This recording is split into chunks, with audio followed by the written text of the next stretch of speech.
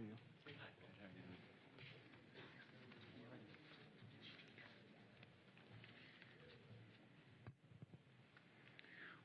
Well, we want to go ahead and welcome everyone for joining us as we present the fiscal year 2023 budget. And I want to especially thank everyone that is watching from the community. This is a very important day for the city, and as we all know that it is the most important thing we do every single year as a city is ensure that we have a strong budget that is really centered around community and around the future. This is actually my 8th and final budget as mayor that we're presenting for the city. And like all budgets before, during these last 8 years, it is responsible, it is balanced, and it's one that the team is proud of. There are key components of this budget which we're going to talk about today, and as soon as I give a little overview of what's in the budget, I'm going to turn this over to our city manager, Tom Modica, who has been working all year with our finance team to put this budget together. Budgets are a process that takes really an entire year. And after Mr. Modica gives some remarks, we're also going to learn a little bit more about an important piece of this budget, which is our infrastructure plan, which we're presenting today. In addition, we'll answer any questions. And of course, as always, we look forward to sharing this information with the community. And as we speak, the City Council is also receiving a copy of this budget. And over the course of the next several weeks, they, of course, will also be deliberating and making changes like they do every year to the budget as they hear from the community. So I want to just start by giving a little bit of an overview.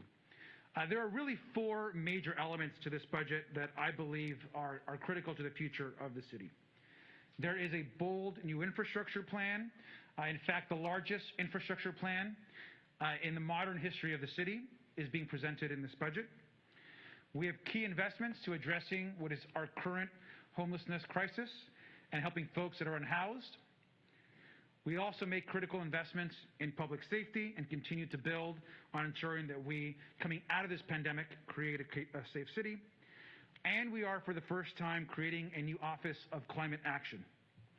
This is a key new office that's going to bring together positions, be fully staffed, and will focus on what is really the critical challenge that we face as a community and as a planet in the future, and that's, of course, climate change. So I want to start by talking a little bit about each one. For starters, what you will see in this budget is essentially a $500 million infrastructure plan. Now, this plan would not be possible if it wasn't for the voters approving not just Measure A the first time, but then making it permanent just a couple years ago. And within this 5-year investment plan, which we're going to learn about today, you're going to see hundreds of millions of dollars in mobility improvements. You're going to see parks all across the city renovated, playgrounds replaced. You're going to see investments in public facilities and critical water improvements as well. Much more will be covered in our Measure A presentation, but as folks know, when we first passed Measure A, we put together a 5-year plan. That 5-year plan has now completed. And so today we're proposing that second 5-year plan, which is larger even than the first, to get back to investing and really making sure that our infrastructure is where it needs to be. So in this over $500 million infrastructure plan, you're going to see park improvements across the city. That includes new playgrounds, 10 new playgrounds. One of the best things we've done over the last few years is invested in new playgrounds across the city. We've done all across the city playgrounds, community centers, and you'll see those as well in this infrastructure plan. And there's actually about 50 new park improvement projects just on playgrounds and community centers and other improvements. There's also going to be additional investments that are key cultural investments within our community. And that includes funding the Mercado and Latino Cultural Center, which has been a key priority of the city. It also means an incredible investment of almost $500,000 to actually fully build the Killing Fields Memorial and Cambodian Veterans Memorial, which has been a key priority for the Cambodian community in our city for years. And that land has sat empty. There'll be funding in this to fully fund that memorial within this budget. There's also investments in our ranchos, which are key parts of our history and that we, of course, want to ensure that we always continue to fund. And within this infrastructure plan, you're also seeing many investments in public facilities, 26 facility projects, including fire stations, public libraries. We're also funding a feasibility study for a marine amphitheater that we're looking at, and significant improvements and investments to our senior center, which is long overdue. So there's a lot more that Mr. Lopez from Public Works will be going over, but there's some of the investments in this infrastructure plan. And in addition to the dozens of street repair and other opportunities you're going to see across the city, we're also focusing on some key major corridor investments, which you will see essentially almost full reconstructions of.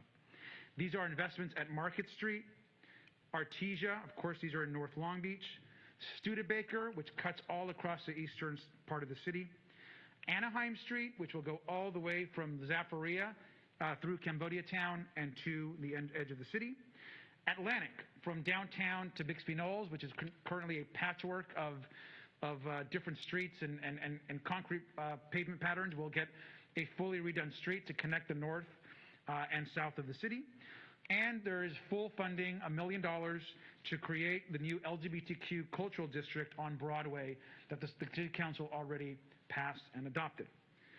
These are some of the investments in infrastructure that we are excited about. And again, I just want to mention, there's a lot of great things in this budget, but there is nothing more significant than the over $500 million that the city is putting together for this infrastructure plan that will continue to change the way the city looks, interacts, and really creates a more safe community for everyone here. So we're very excited about this plan. In addition to the infrastructure plan, we have a lot of investments in homelessness and in helping those that are unhoused, which the city manager is going to get into. This includes our REACH team expanding from 2 to 3 teams. Of course, these teams are the ones that are going out and helping folks who are unhoused and getting them services, care, access to medical connections.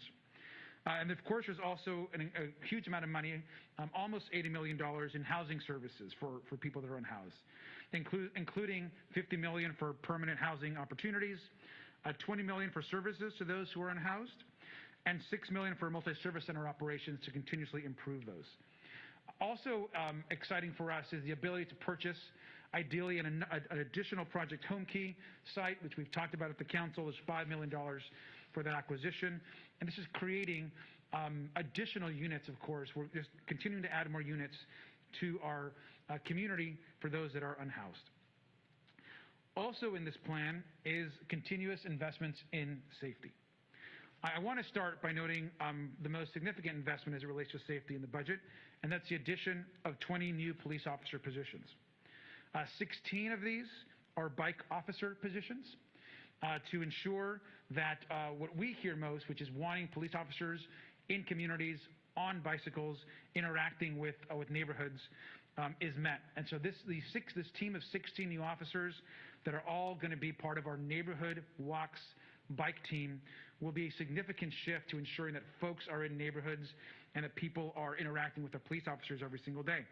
There'll also be 4 additional new quality of life officers, which we hear of often from our business community and neighborhoods that it's a huge priority.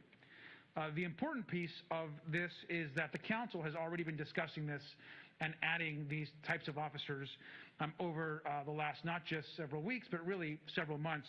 They've been having these discussions with the city manager, with myself, and so this really speaks to that need and success that we have had with our community policing programs. I believe the council has already unanimously agreed that this is what they would like to see, which is additional officers, and so we are aligned with their desires, and we're happy to have these 20 additional officers in the budget. And of course, we all know about the community response program, which continues to ensure that mental health professionals are going out and dealing with particularly issues that are not emergency level crimes, and that will continue as well. Also in this budget, and something that I'm really excited about, is the creation of a new Office of Climate Action. This is an office that I've been working directly with City Manager Modica on. I've mentioned to him how important it is that we prepare for the climate emergency that is unfolding in front of us. This takes oftentimes positions and initiatives that are scattered in other parts of the city and puts them in one umbrella office that can really direct action and progress as it relates to climate. This office will manage our city's coordinated response to the climate crisis by addressing our public health needs, of course, our green economic opportunities, and working, as we always are, to transition away from fossil fuels. Of course, there'll be great collaboration with the community as well. And this is going to be a total of over 9 positions in this one office. So this will be a significant new office within the city that we are very excited about. And it's been a personal priority of mine for a few years. And I just want to thank the staff for including it in this year's budget.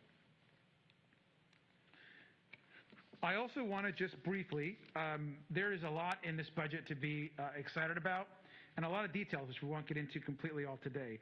But just to highlight a few of the things that I think are really great, and of course there's a lot more. This budget, of course, continues to ensure that we're prepared for future pandemics and pandemic preparedness, which is critical in this time.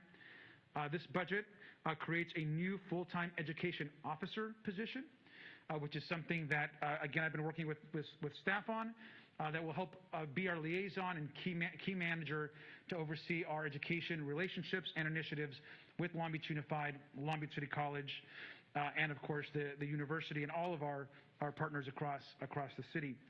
There's additional expansion of our arts funding as TOT begins to increase, and we are also adding some of our cultural organizations to that Measure B funding.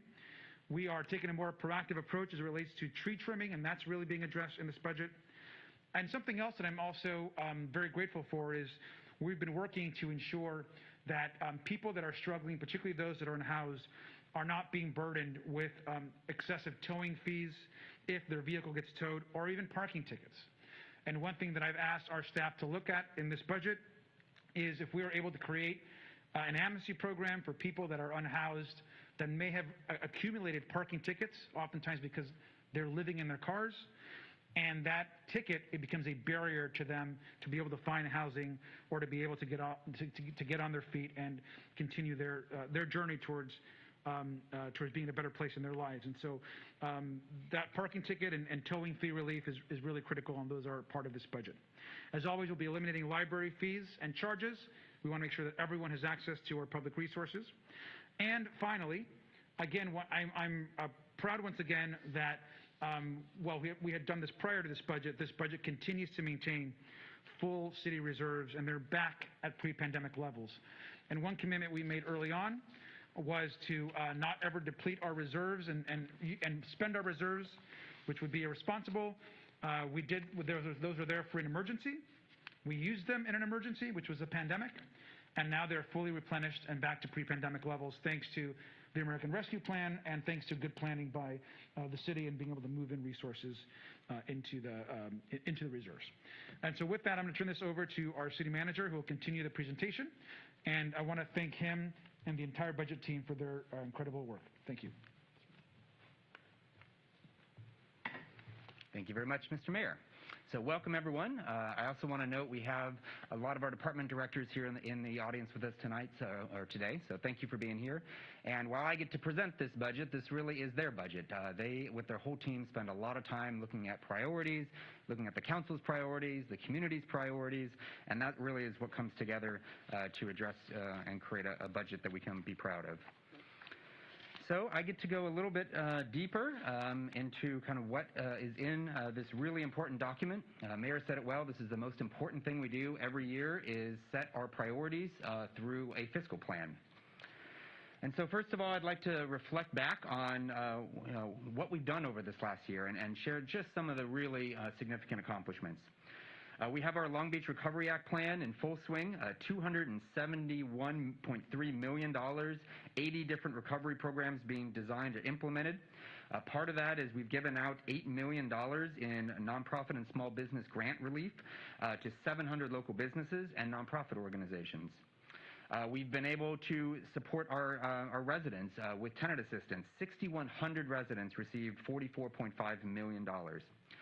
Our focus on affordable housing has continued and gotten even stronger. Since 2020, we have developed 880 affordable units completed, constructed, or proposed throughout the city. We certified our housing element and got that from the state, one of the first to do so, and now have a certified housing element for the next 8 years. We've added on to our Project Room Key. That is essentially providing a temporary shelter, 26 room locations and totaling 274 rooms. And we've been really focused on expanding shelter beds over the last 2 years.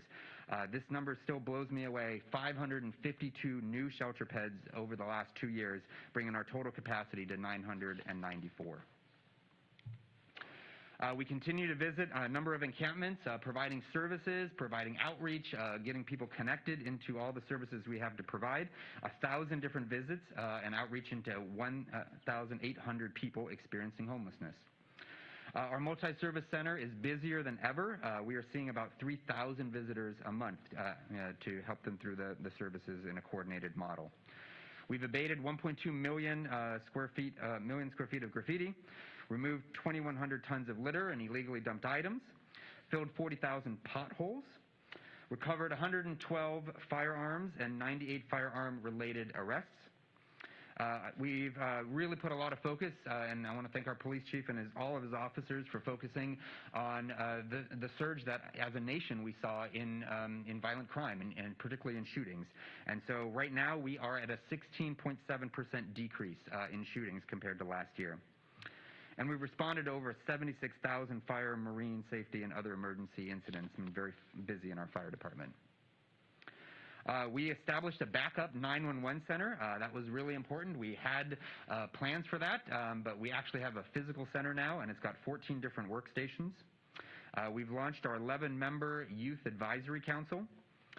We focused a lot on early literacy development and distributed 2,000 early literacy kits and served over 50,000 youth through our programs in the city. We have a really impressive new airport ticketing lobby and checked baggage inspection system, and by the end of the year, we'll have our new baggage claim facility. We're on track next week to adopt our very first climate action and adaptation plan. And part of that plan is we're going to be phasing in using 100% renewable energy over the next several years. And just can't thank the water department enough for being that first leader to get to 100%. And over the next several years, we'll be phasing in our additional departments. And we've earned a First Place Digital City Award by the Center for Digital Government. And so let's talk a little bit about the budget now. Our FY23 budget is $3.2 billion. That's 36 different fund groups, 126 funds, and 23 different departments. It really is a budget that maintains all the services. We previously thought last year this would be a really tough year for us, where we're making a number of reductions. But we're able to maintain services this year. And in fact, we're able to go beyond, and I challenge the team to look for those areas where we're having significant challenges and help identify solutions to create some additional capacity while not increasing our shortfall. And so we really have 9 different areas that we've organized the budget around, and this is significant because we went out to the community this year earlier than normal. We went out in January and got input early before we even started the budget process, and these really were the themes that we heard in general from the community, and we organized the budget around those.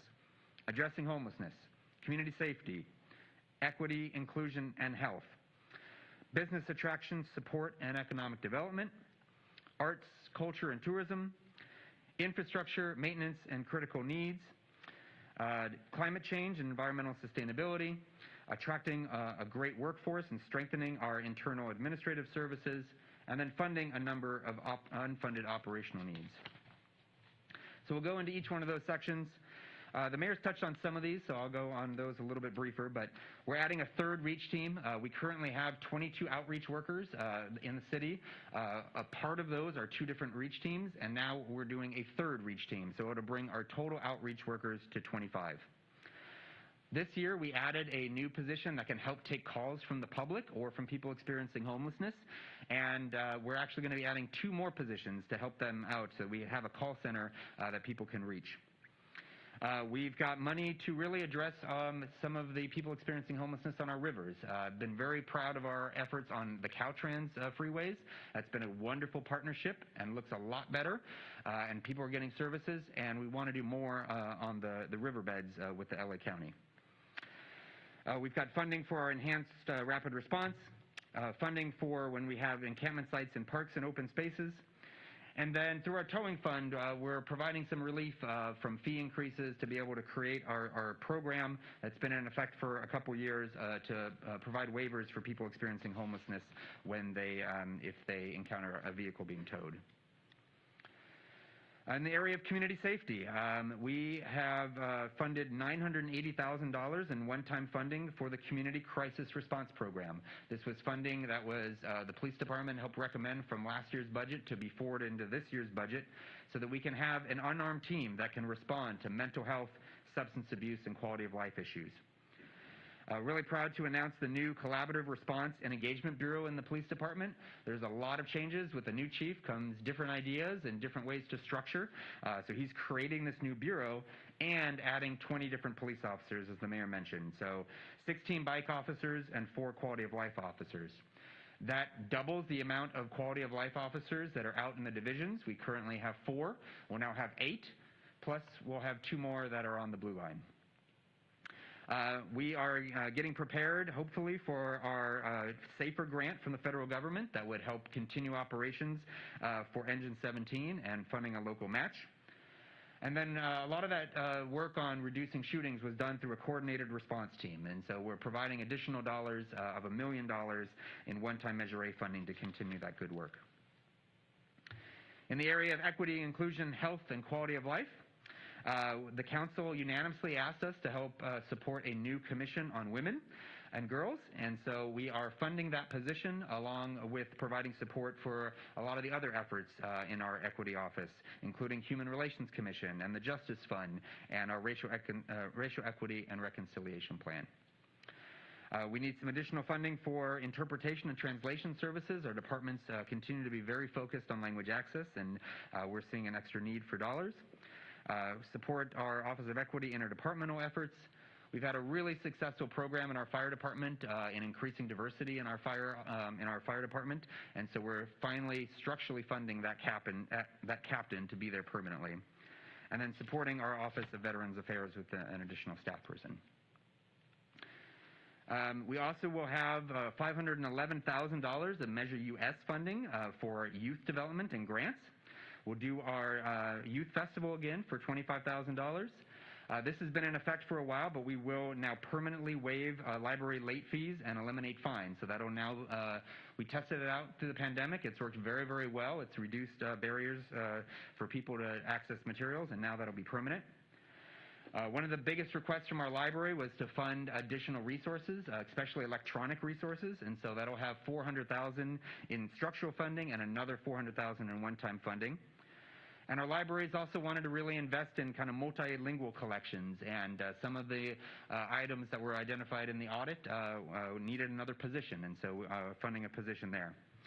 And of course, animal care continues to do great work in rescuing animals and getting really high live release rates, and we're looking to do some adjustments there and support some additional positions. We hear a lot from our business community about business attraction, support, and economic development. We'll be adding a new analyst position in the general fund to be a business liaison and support our businesses. In our development services, we are adding a number of pet permit technicians and customer service reps and planners so we can keep up with demand and provide excellent customer service. We're supporting planner position in the coastal zone to really work on some of our coastal issues, and then funding them for a number of different studies and things to make sure we can keep up with all the development. In arts, culture, and tourism, we are maintaining our support for our Convention and Visitors Bureau at $4.6 million, Museum of Art at $425,000, and our Arts Council at $454,000. Mayor mentioned great Measure B support. Now we have $2.1 million that supports half of it goes to our major arts organizations and the other half to the Convention Center. And our Long Beach Recovery Act allocates over $2.4 million through FY24, including $1.1 million for visitor attraction and hospitality recover, and more money for the arts. In the budget, though, we are focused on a couple of areas. We are continuing our negotiations with the port on the Queen Mary, but whoever takes that asset on is going to need some staff support, so we're creating a new Pier H bureau, adding an events coordinator, and also adding an analyst position to oversee the Long Beach Convention Center. And during the pandemic, we lost some support that we had. We had to give it up to be able to bring on someone to help us with the Olympics. And so we need to do that. We've been doing a lot of internal staff planning, but to bring on some expertise in the area of Olympics consulting. Infrastructure maintenance and critical needs. I think the mayor covered this well, and I'll have Eric talk about this, but $176 million CIP program, and then a $522 million 5-year infrastructure plan. We're also making sure that Public Works has the support they need. They're going to be doing a lot of projects, so they're going to need to staff up so we can make those projects happen. We also look at other critical needs. One of the big ones we've identified is in our parks. We really have only had a budget to respond to emergencies for tree trimming, and so we're augmenting that, and we're also creating a 7-year cycle in our parks for the first time. We're also going to be removing a lot of the structurally defective trees, and we're investing in our camera network at $2.7 million throughout the entire city, not just in parks. One big initiative I'm very proud of that the team's come up with, a collaboration between Police Department and Parks and Rec, is to really address our bathrooms and our parks and our playgrounds. And we call it the Park Safety Ambassador Clean Restrooms and Safe Playground Initiative.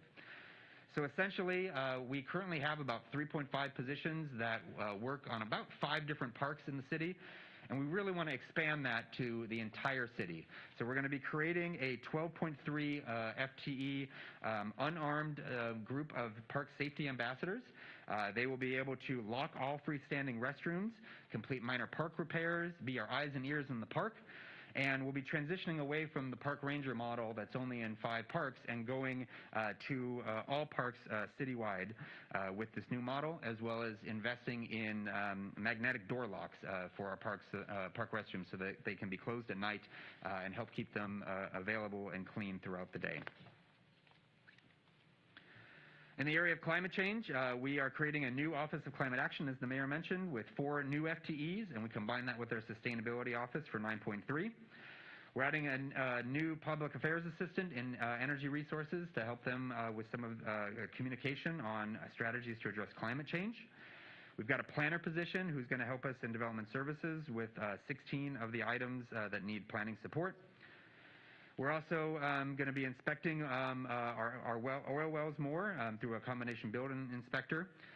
And we've gotten a lot of questions about what is the future of oil in our city. And we are a city that is unique and different than other cities. We've had a number of contracts with oil that's been part of our city's history. But we know that that's not going to be forever in our history, that oil is not in our long-term future.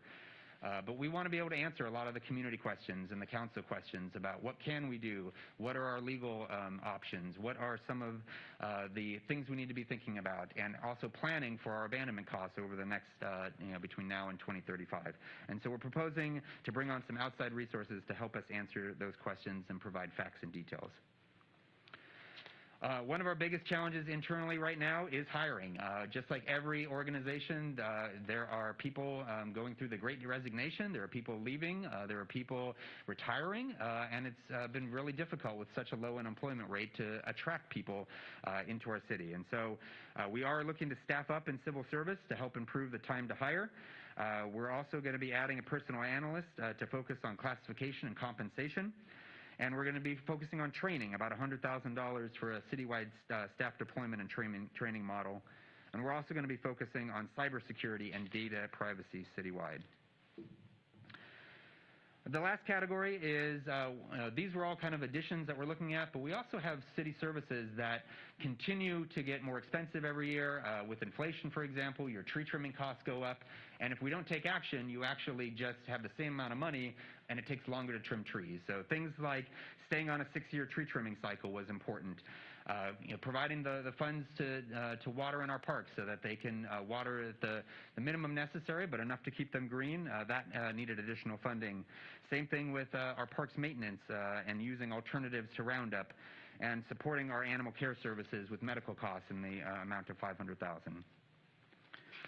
And so briefly, we do want to take a look at the future. So essentially, we had projected this year to have about a $12 million shortfall, and even with all these additions and ways that we've been able to augment, we remain at about a $12 million shortfall, and that's going to be covered with our Recovery Act dollars. This does include the Measure M litigation shortfall or litigation loss, so now our shortfall is about $20 million this year, but that's all been covered through kind of planning ahead and having reserves for that. We will have to address these in the next fiscal year, and so that is something I want to focus on the next page. Is next year is going to be tougher. We do hope the economic recovery will continue. You never know what the future is going to hold, but right now we are looking at a shortfall of about $25 million in FY24, and it'll be a priority during 23 to address those solutions. And so today is our launch. This is Happy Budget Day. It's an exciting day, and after that we really take it to the community, and then it really becomes the council's document. It is them to ultimately approve, to take input, to make adjustments, and get us a fiscal plan for the next year. And so you can see all the things we've done so far and all the things that are upcoming. And so we encourage people to attend budget hearings, to attend the budget oversight committee meetings, to attend our virtual community budget meetings, and also we'll have a digital comment card that we can take input on. And so finally, I'm just so proud of this city. We are a city of so many accomplishments. We're full service, and we provide so many different services to our residents. We have maintained those resources and even increased our support of our community throughout the pandemic. We are committed, we have incredibly committed, incredibly dedicated employees who just amaze me every day in how they perform in extraordinary ways. I'm so proud of our strong fiscal management, and we provide a foundation for really smart, strategic, and prudent decisions and investments. We have an incredible mayor and city council who help provide good direction for us so we can implement that direction. And we have wonderful partners in the city auditor, city attorney, city prosecutor, our clerk, our executive director of civil service, harbor director, and water general manager. And so with that, I'd like to turn it to Eric Lopez, who will go through the next exciting part of our budget. We have a lot to share with you today. So that is our $522 million infrastructure investment plan. So Eric.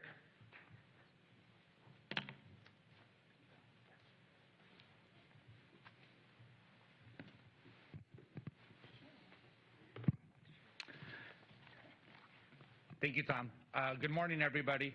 As your Director of Public Works, it's my honor and my privilege to be able to provide you a more detailed outline of the previous Measure A infrastructure investment plan and the proposed next 5-year infrastructure investment plan.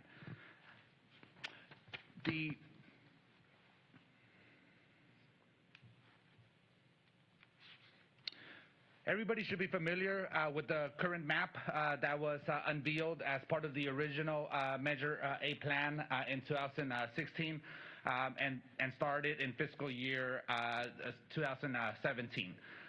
We are just about complete with all of the commitments made in this capital improvement program. We are finishing up some of the more complex projects in the plan, but they're all underway, and every day we get closer to completing 100% of the commitments in the original investment plan. So what did that investment plan entail? Between fiscal year 17 and 22, we have invested just a little over $165 million into various capital improvement program areas, including a large portion of it into our mobility, which is mainly our residential streets, our arterial and secondary streets, our sidewalks, our curb ramps, and other right-of-way improvements, our parks and recreation program, and our public facilities. With that funding, we've been able to complete 38 park playgrounds, community centers, and park facilities. We've also been able to repair about 640 lane miles of streets. Over 1.3 million square feet of sidewalks have been replaced, along with 2,680 curb ramps. For alleys, we've repaved about 7.5 miles, of which 5 were formerly dirt that needed complete rehabilitation. Of the public facilities that we were able to improve, 4 were fire stations, 5 were health and public safety projects, and 10 were library projects. A massive investment in Measure A. These are huge improvements, and we're going to be able to continue on the foundation of this plan to be able to do more and continue rebuilding our city. How did we get here? The Measure A, back in the fall, we held a study session with the Mayor and City Council to go over all of our infrastructure needs and potential funding strategies. We followed that study session up with a detailed memorandum that was delivered to the Mayor and Council on July 13th. And we outlined our proposal, our plan to propose bonding with Measure A to allow us to unveil the plan that we're discussing today. A plan that totals almost $522 million. That's $500 million in investments over the next 5 years into our city infrastructure. What would that consist of? It will consist of a large majority of it going into our mobility improvements. Again, mobility means streets, it means sidewalks, curb ramps, drainage, sinkhole repairs, right-of-way type of improvements. We're also looking to invest $48 million for park improvements, $50 million for public facilities, $81.6 million for right-of-way, water quality, and climate action type projects. And then $10 million is being proposed to be set aside for critical facility repairs and to serve as a grant match as we expect to receive more infrastructure dollars that would augment this plan as part of the federal infrastructure package that was recently passed. And those dollars are starting to flow to local cities. This plan does not include specialty funds like Tidelands or AB 32. Those will be taken on an annual basis and will be in addition to the base plan that we're unveiling today. The breakdown of the different categories and funding amounts are listed on this chart for everyone to review, and I want to reiterate how important it is to continue investing in our local streets, on our major and secondary corridors, in our alleys, on our sidewalks, on our public infrastructure that really makes a huge difference in people's everyday lives. So here we have the new plan. As you can see from the image, we have projects listed throughout the entire city, located throughout the entire city. We have streets that are being repaired, and we're continuing all the foundations that has been set as part of the original plan. We're able to take all of that, all of the staff infrastructure, all of the resources that we've developed over the years and perfected, and we're able to now do more, and our learning curve obviously is less. So we're really excited. The Public Works team is really excited to get working on a lot of these improvements and continue to make our city better every day. There are a series of categories with the different projects. The first one is the parks improvements. Here we have a total of 49 projects totaling the $48 million. The next major category of projects is the public facilities category, and here we have 27 total projects. And again, these are all spread throughout the entire city. Next, we have the right-of-way, water quality, and climate action category, and here we have 17 projects totaling $81 million. And finally, last but not least, we have our mobility and our citywide improvements. This is where our team of engineers and project managers really focus on the public realm, on our right-of-way, and work to improve the streets, the alleys, the sidewalks, and all of the shared infrastructure that we manage on behalf of the city. In total, this all adds up to just under $522 million, and we're happy to answer any questions.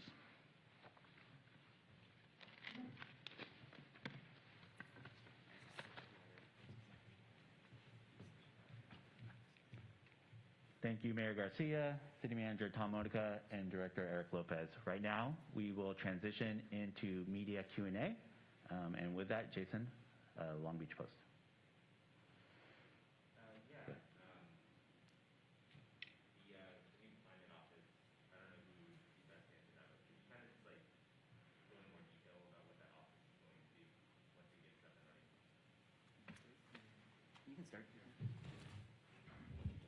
Yeah, I mean, I think the most important thing is to recognize that we are in a climate emergency, and that we will have significant challenges in the future if we don't address things faster than we currently are.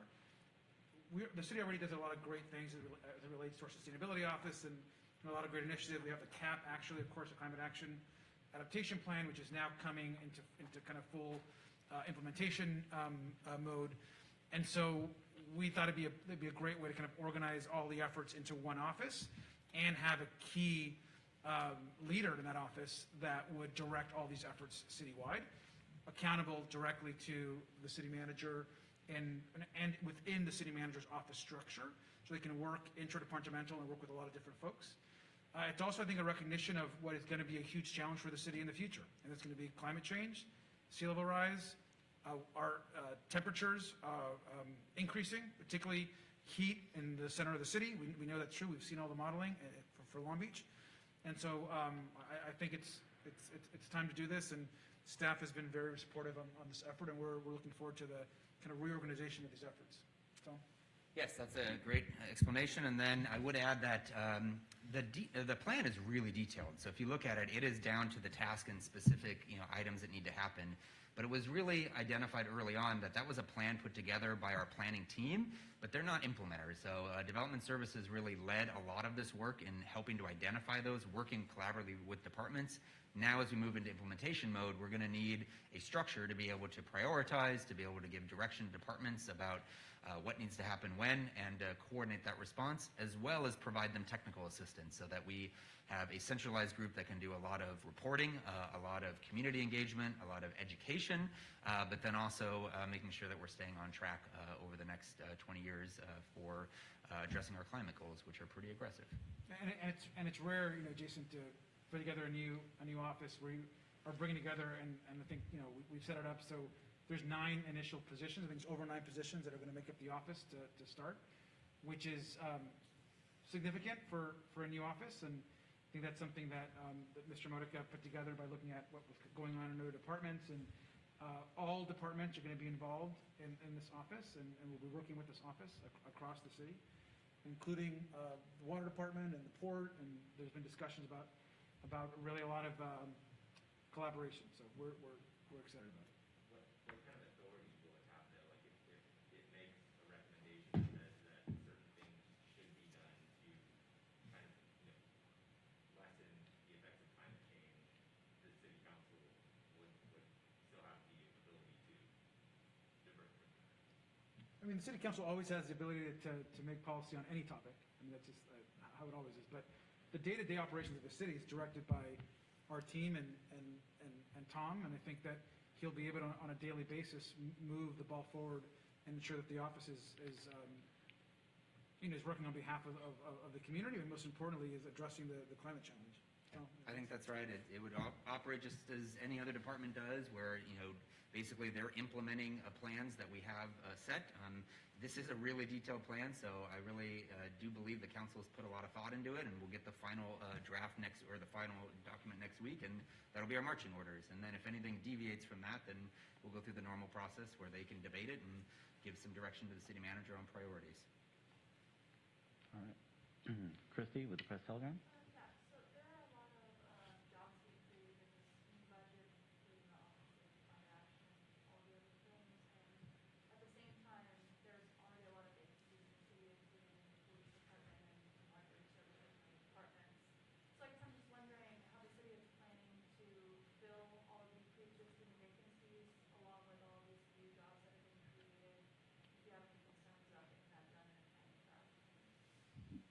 Yes, that certainly is a challenge.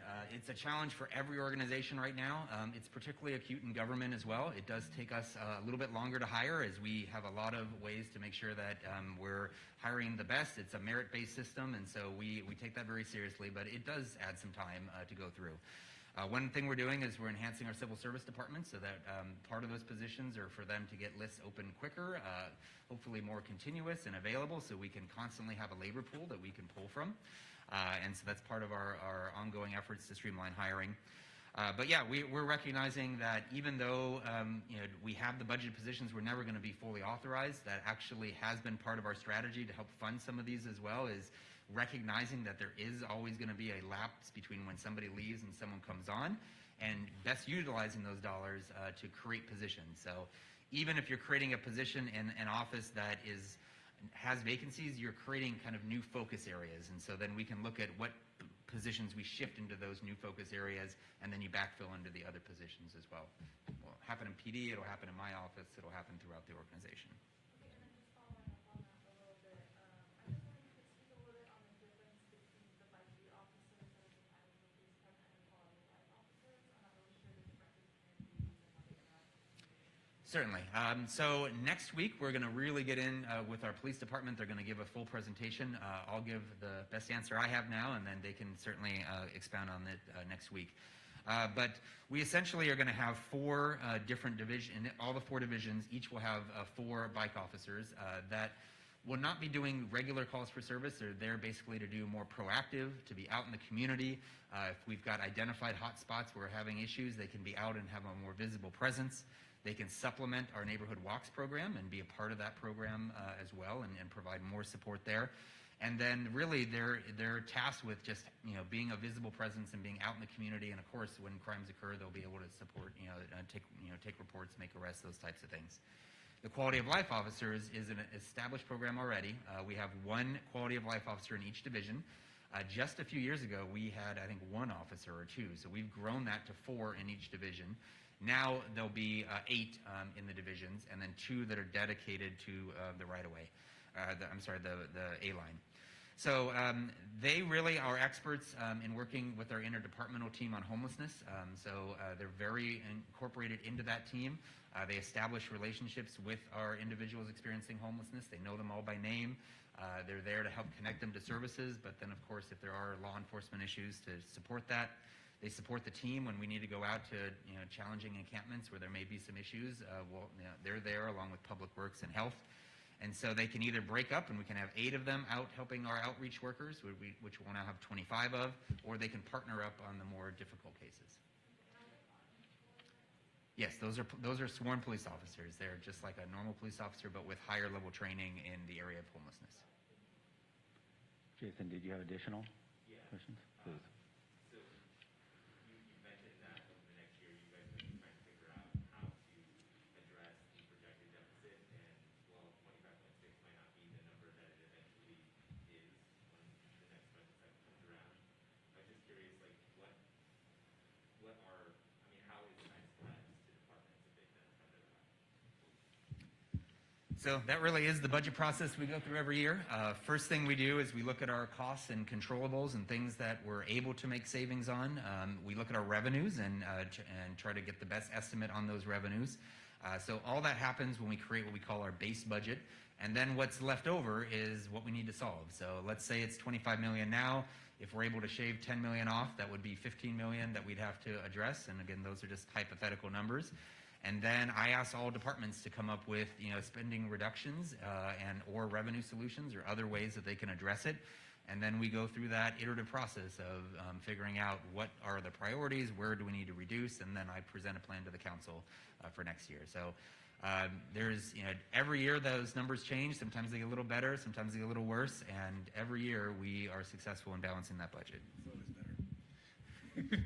Let me just add, because I just, I've been mayor for, obviously for 8 years. I'm trying to think if there's been a year where the number hasn't dramatically gotten better by the time that the budget cycle starts. And that's because, I think wisely so, our budget team has always ensured that we budget from a conservative perspective to not create best case scenarios, but create more realistic scenarios that could foresee challenges or economic downturns. And so, as you know, Jason, every year we start out with a budget deficit, and every year we say it's going to be this, and then it gets closer to budget time, and it's usually, not always, but almost always,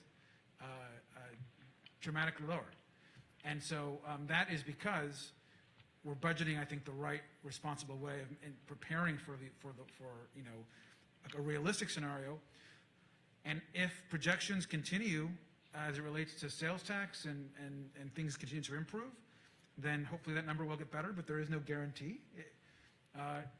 We could come into a recession like we did 10 years ago, and then everything becomes very different and challenges become more complex. So anything is possible, but I think I'm always optimistic that that number becomes more manageable as the months go by. Right, but I mean, people are debating whether or not we're in a recession or entering one right now, and Measure A is going to start shrinking a little bit in the next few years, and the city's losing the ability to use COVID relief money to kind of fix that issue temporarily. So, I mean, at the beginning of the pandemic, before pandemic, you had that, or right at the beginning, you had issued, percentage cuts to each department. I was just curious if that was an approach that you want to take again. Yes, we certainly need to do that if that's the case, but you wait until you find out what that number is, and then you look at, and I never do across-the-board cuts. We just say, please give me a target where there's solutions, and then it's a process where we go through each one. We look at every single item and say what makes the most sense and what has the least impact on the community. And I think also, I think you can also assess the kind of responsibility of any government, municipal, county, or what have you, by how responsible they are with their reserves and with saving money, and how the credit agencies are looking at our financial process. And I think that is something that Long Beach has always done in a way that's been stellar. And I'm really proud that the entire time that we've been doing this, we haven't gone into spending into our reserves for random project or because the council felt like it. It's always been very responsible, and even with the American Rescue Plan resources and with our own budgeting, I think we're one of the first cities in the country with when that process started to immediately begin by ensuring that all our reserves were back to square one before we did anything else. And that was something that I think the budget team did a great job on. Christy, do you have? Speaking a little bit more about the shortfall for this year, I know a majority of that was covered by the Recovery Act and the Measure M funds and all of that. You also mentioned that there were some other one-time sources of funding that helped cover that. I was just hoping you could expand on those a little bit and more detail about what those are. I'm actually going to ask Grace to address that. Yeah, Grace, certainly. Grace, can you repeat the question as well? Sure. The question was, how are we solving our shortfall this upcoming year? And that we've already mentioned some of the offsets being our one-time for the Long Beach Recovery Act funds. We also had set-aside funding for Measure M litigation. So we had about $8.5 million set aside. We were hoping we did not have to use it, but when we found out about the outcome of the Measure M litigation, we had those reserves set aside. So those will help us cover that gap for this year. Also in the presentation, we talked about some one-times, like $980,000 for the community crisis response. That's actually coming from savings that we're earmarking in this current fiscal year in FY22 from the police department. So those savings that they're able to achieve in this year are able to help with that. And we had about $1.1 million of, as the mayor mentioned, as we get more information, we do projection updates, and that was part of our projection updates that improved our cost centers. And so that was able to create some space to cover the rest of our funding gap. Yeah, and for the police department savings, is that still based on vacancies or is that how else? Yes, it's the majority of it is from vacancies. Do you have off the top of your head how many vacancies are in the police department right now? I don't have that information. If either of you have one more question, please. Yeah. For Measure M, I would imagine it's obvious you guys have come to a decision maybe on how you're paying back the remainder to the water department. I know that there was a mention of potential to take out municipal bonds to cover that. How is the rest of the $2.8 million being transferred? I'll take that one. My name's Kevin Riper, Financial Management Director. We were going to recommend to City Council next month that there be an interfund loan amongst ourselves from the general fund funded portion of the fleet acquisition fund that pays for replacement vehicles back to the general fund so that it can transfer cash to the water fund that's mandated by the court. That way we pay interest to ourselves instead of issuing municipal bonds and paying interest to the outside world. So that'll be coming before the city council as a recommendation from the city manager and me next month. How will that affect that? If the city needs to buy vehicles, I mean, how will that affect that? It will not affect that in the long term because city vehicles are fully pre-funded. So the principal and interest payments by the general fund back to the fleet fund will be sufficient to restore the amount of money that fleet needs to replace vehicles. All right, Christy, do you have any final questions? I was just gonna ask about the 50 million and 20 million for homeless response. Okay. Just, again, speaking more specifically about where those specific money is going, where it's in our housing, creating more in our housing, or providing more housing vouchers, or more access to healthcare employees on housing.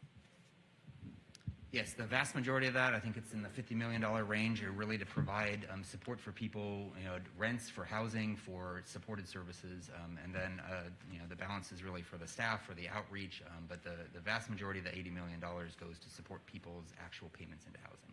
And we use everything from hotels to our shelters, to we're buying, hopefully, another hotel. We've brought on 3 in the last, we actually have purchased either with the county or our funds in the last 2 years, and we're looking at another one.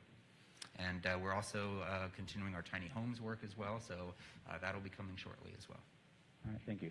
Before we close out, I just want to thank the members of the media for being here, staff, and then everyone who's following along online. Thank you, Mayor Garcia, Tom Modica, our city manager, our public works director, Eric Lopez. But also I want to make sure I recognize that we have our finance director, Kevin Riper here, budget manager, Grace Yoon, and their staff as well. And also a reminder for everyone that's following along online, you can go to longbeach.gov/FY23 and longbeach.gov/budget to see all the budget documents as well.